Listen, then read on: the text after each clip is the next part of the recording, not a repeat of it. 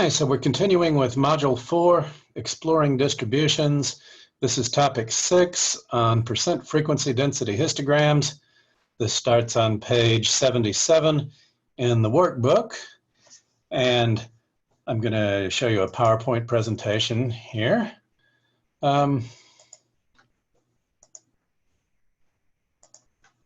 Okay.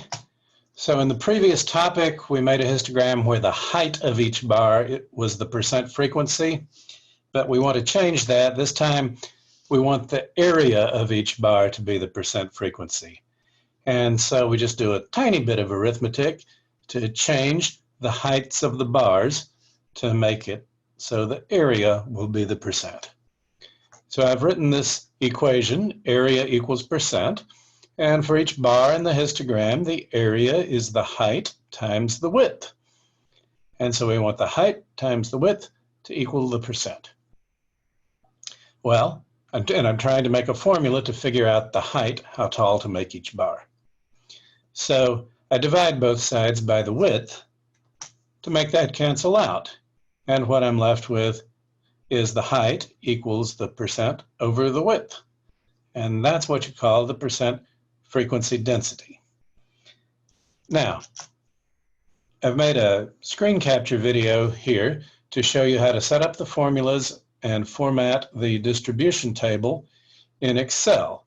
In a previous lecture, we had made this already for our percent frequency histogram. So the table stopped here with percent frequency, and we need to add a new column for percent frequency density. So here's the video for that. So here's how to complete the distribution table and make a percent frequency density histogram in Excel. When we left off in a previous discussion, we had made this distribution table for the diameters of the oak trees. And we need to add a column to this for the percent frequency density. So I'll just type in my column heading here, and I'm going to fix up the formatting a little bit and then show you how to do the formulas. So I'm selecting my previous heading and this one extra cell, and I unmerge and then merge and center again. And then I want to fix up the borders here. I select these cells, I click the right hand mouse button, I click Format Cells, I choose to format the borders, and I want the heavy border on the bottom and the top. I want the thin border separating the cells otherwise, and I want the heavy border on the far right. That gets me to here, which is almost what I want. I don't want the horizontal border in the middle of the column heading. And I want the border separating the heading from the numbers to be a little bit heavier.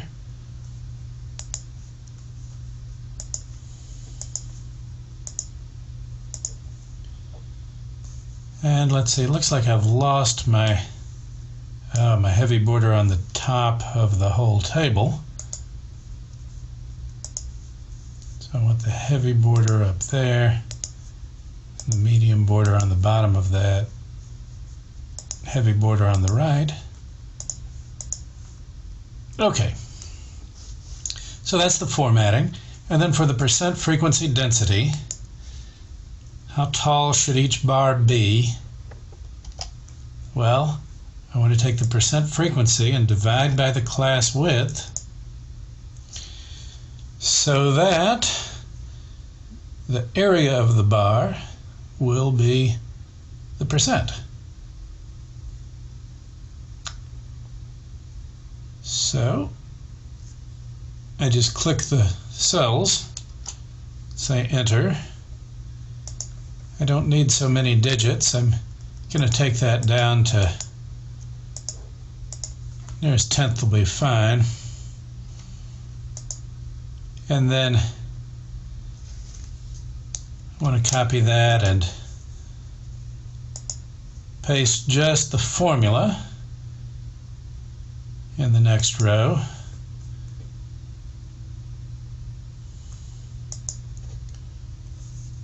And keep pasting the formula on down.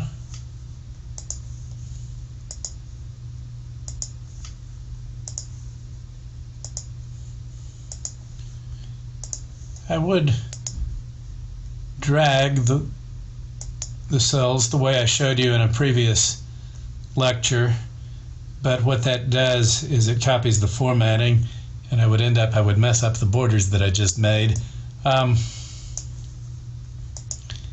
So probably a better strategy would have been to put in the numbers first and then format. But anyhow, now we have our percent frequency densities, and then to make the histogram is very quick. In fact, I'm going to show this quite quickly because we did it in a previous lecture where we made this frequency histogram down here. And it's going to be the same procedure. It's just I'm going to select the percent frequency density column for my data instead of the frequencies. So I go insert, clustered column chart, select data. Data range is the percent frequency densities. The x-axis labels will be the class marks.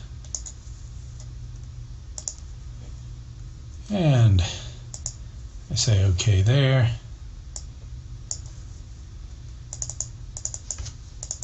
Type in my title.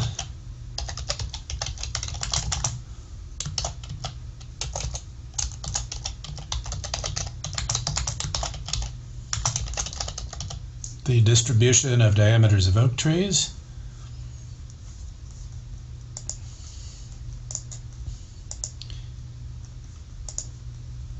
Add in my axis titles. The y-axis this time is percent frequency density.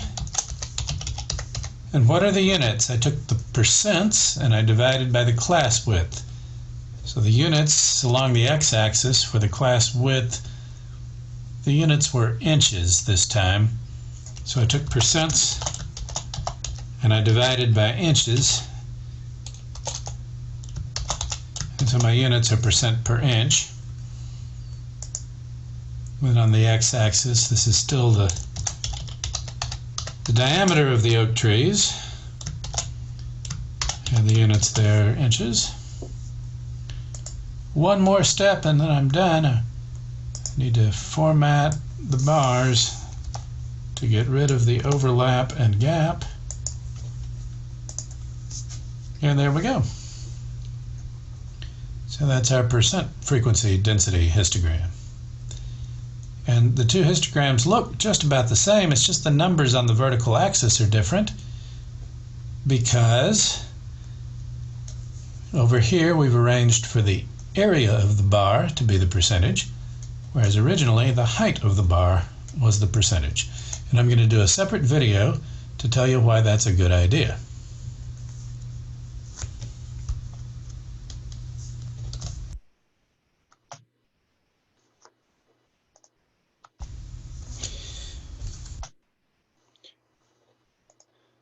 Okay, and then there's one more slide, which is if you worked by hand, what would it look like? And I don't need to talk about this a whole lot. You just have to check to make sure that you get the labeling right on the vertical axis, that now it's percent frequency density and the units have changed. And other than that, it looks very much like the percent frequency histogram. The scale or the numbers are different, on the vertical axis. And that's all for this topic. As I mentioned, I'm going to do a second video about why this is a better way to make a histogram, and there'll be a little more math involved with that. So that's all for now.